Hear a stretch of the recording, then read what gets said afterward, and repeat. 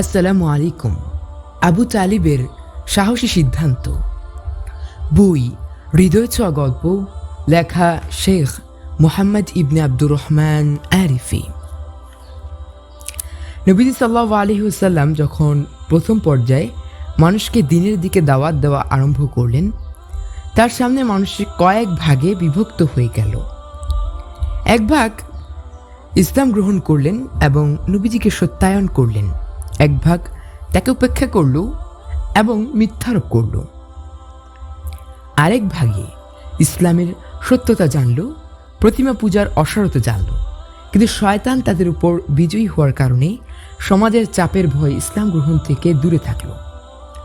নবীজির চাচা আবু তালিব, তিনি ইসলাম বুঝতেন, ইসলামের পাহারাদারি করতেন, নবীজিকে কুরাইশদের অত্যাচার থেকে হেফাজত করতেন। এমনকি নবী সাল্লাল্লাহু আলাইহি ওয়াসাল্লাম অকুণ্ঠ চিত্তে বলেছেন, যতক্ষণ আবু তালিব জীবিত ছিলেন কুরাইশরা আমার কাছে পৌঁছতে পারেনি। কুরাইশরা সর্বাত্মকভাবে আবু তালিব ও নবীজি সাল্লাল্লাহু আলাইহি ওয়াসাল্লামের মাঝে বিভেদ সৃষ্টির চেষ্টা করছিল। একবার তারা আবু তালিবের কাছে এসে বলল, আপনি আমাদের ও মুহাম্মদের মাঝ থেকে সরে যান, আপনাকে বহু অর্থ দেওয়া হবে। তিনি তাদের এই প্রস্তাব নাকচ করে দেন। একবার তার আবু তালিবের কাছে এসে তাদের সর্বোচ্চ সুন্দর যুবককে উপস্থাপন করে বলল, আপনি এই যুবককে পুত্র হিসেবে গ্রহণ করেন আর মুহাম্মদকে আমাদের হাতে তুলে দিন। তিনি সেই প্রস্তাবও ফিরিয়ে দিলেন, বরং তাদেরকে বজ্র কণ্ঠে জানিয়ে দিলেন, তোমরা প্রতিপালন করার জন্য তোমাদের ছেলেকে দিচ্ছ, আর আমি আমার সন্তানকে হত্যা করার জন্য তোমাদের হাতে তুলে দিব। আমি কি এতই নির্বোধ? এক পর্যায়ে কুরাইশরা এই সিদ্ধান্তে পৌঁছল যে তার আবু তালেবকে মক্কা থেকে বহিষ্কার করবে, কারণ তারা জানত আবু তালেব তার কওমের অনুসূত নেতা। সবাই তাকে মেনে চলতে বাধ্য। তাই আবু তালেবকে যখন মক্কা থেকে বহিষ্কার করা হবে, মুহাম্মদকে প্রতিরোধ করা সহজ হবে। সিদ্ধান্ত অনুপাতে তারা আবু তালেবকে মক্কা থেকে বহিষ্কার করার হুমকি দিল। এমনকি এই উদ্দেশ্য বাস্তবায়নে কুরাইশ নেতারা আরবের বিভিন্ন গোত্রকে প্রস্তুত করতে শুরু করল। কিন্তু তারপর আবু তালেব ধৈর্যের সঙ্গে নবীজির সাহায্য করতে থাকলেন। এইভাবে চলল অনেক দিন। একসময় নবীজির উপর কুরাইশদের অত্যাচারের মাত্রা বেড়ে যেতে থাকল। তারা মুমিনদের সহ নবীজিকে বনি আমের উপত্যকায়, যা সে আবু তালেব উপত্যকা নামে খ্যাত, অবরুদ্ধ করে রাখল। লোকজনকে তাদের সঙ্গে ওঠা বসা করতে কঠোরভাবে নিষেধ করল।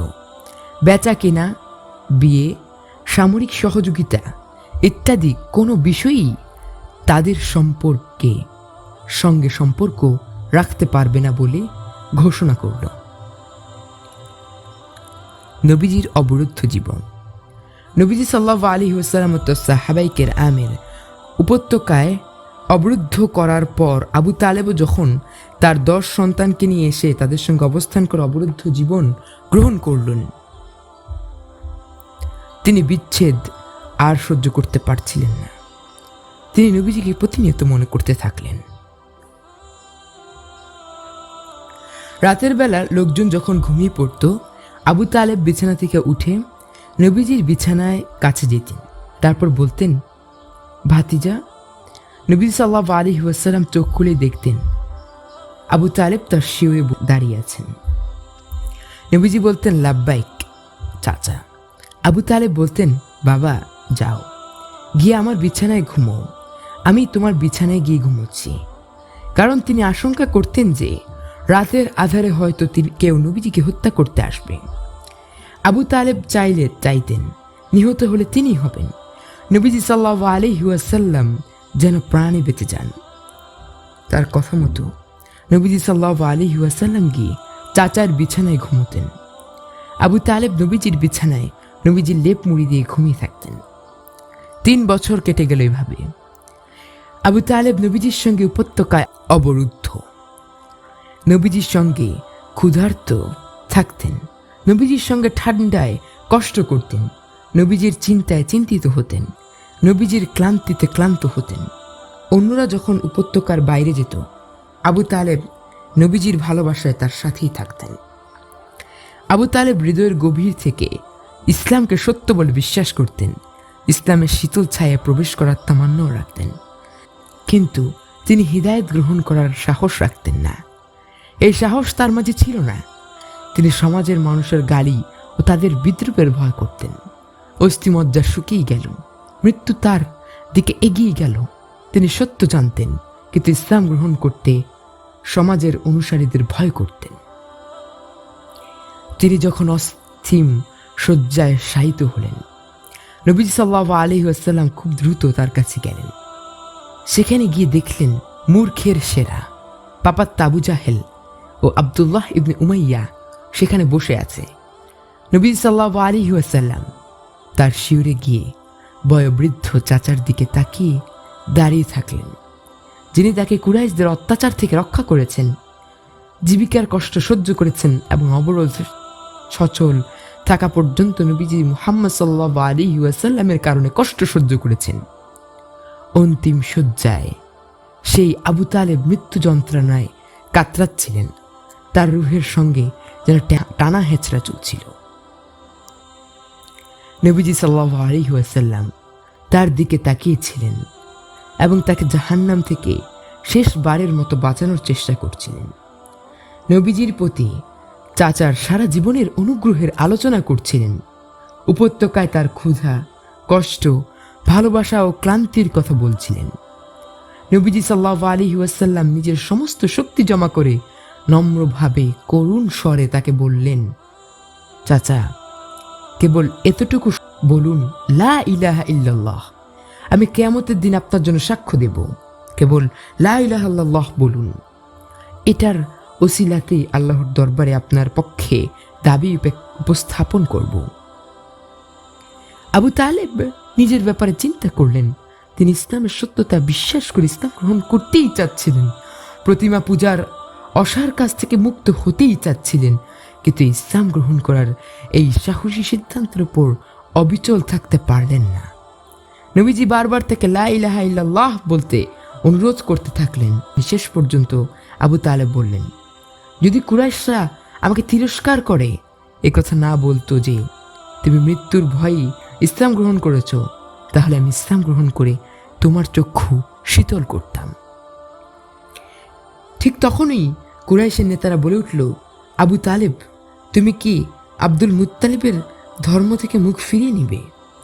তখন আবু তালেব চুপ হয়ে গেলেন। নবীজি সাল্লাল্লাহু আলাইহি ওয়াসাল্লাম বললেন, চাচা, শুধু একবার বলুন, লা ইলাহা ইল্লাল্লাহ। কিয়ামতের দিন আপনার পক্ষে আমি সাক্ষ্য দেব। বলুন, লা ইলাহা ইল্লাল্লাহ। আমি আপনার পক্ষে আল্লাহর সামনে কথা বলবো। আর পাশে থেকে আবু জাহেল বারবার বলছিল, আবু তালেব, তুমি কি আব্দুল মুত্তালিবের ধর্ম ত্যাগ করবে? নবীজি বারবার কালিমার তালকিন করছিলেন, আর চাচা আবু তালেবের ঈমানের আশা করছিলেন, আর আবু জাহেল বারবার বাধা দিচ্ছিল আর বলছিল, আবু তালেব, তুমি আব্দুল মুত্তালিবের ধর্ম ত্যাগ করবে। ততক্ষণে আবু তালেবের মৃত্যুর যন্ত্রণা কঠিন রূপ নিয়েছে, হেঁচকে উঠতে শুরু করেছে, বক্ষ সংকুচিত হয়ে আসছে, কষ্ট বেড়ে যাচ্ছে। মালাকুল মাউত, মৃত্যু ফেরেশতা তার জীবন হরণ করেছেন। জিহ্বা ভারী হয়ে উঠল, মুখ হা হয়ে গেল, শরীরের অঙ্গ প্রত্যঙ্গ শীতল হয়ে গেলেন শক্তিহীন নিথর। জীবনের শেষ মুহূর্তে বললেন তিনি আব্দুল মুত্তালিবের ধর্মের উপর রয়েছে।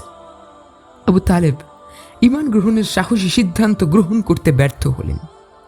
আর নবীজি সাল্লাল্লাহু আলাইহি ওয়াসাল্লাম বলেই যাচ্ছেন, যতক্ষণ আমাকে নিষেধ না করা হবে, আমি আপনার জন্য ক্ষমা চেয়েই যাব।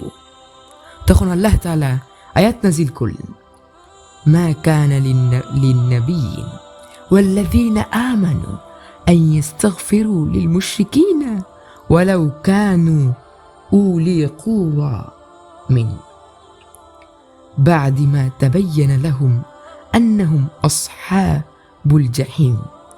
নবী ও মুমিনের উচিত নয় মুশরিকদের মাগফিরাত কামনা করা, যদিও তারা আত্মীয় হোক। একথা সুস্পষ্ট হওয়ার পর যে তারা জাহান্নামী, সূরা তাওবা আয়াত 113।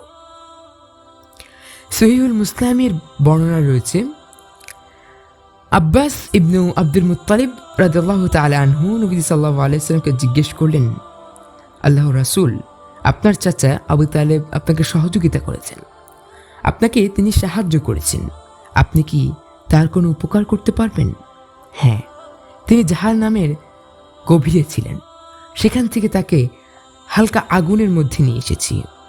তার পায়ে আগুনের 2টি জুতা পরানো হয়েছে, যার কারণে তার মাথার মগজ টকবক করে ফুটছে। সহিহুল বুখারী 12তম খণ্ড 267, সহিহুল মুসলিম 1ম খণ্ড 475। হ্যাঁ, আবু তালেব মারা গেছেন এবং জাহান্নামে প্রবেশ করেছেন। নেককারদের তার ভালোবাসা তার কোনো উপকারে আসেনি, বরং নবীজির চাচা হওয়াও তাকে জাহান্নাম থেকে মুক্ত করতে পারেনি। মুমিনদের সাহায্য করাও তাকে জাহান্নাম থেকে মুক্ত করতে পারেনি, কারণ তিনি সত্যকে বুঝেও গ্রহণ করেননি, ঈমান আনয়ন করেননি আল্লাহর প্রেরিত দ্বীনের উপর।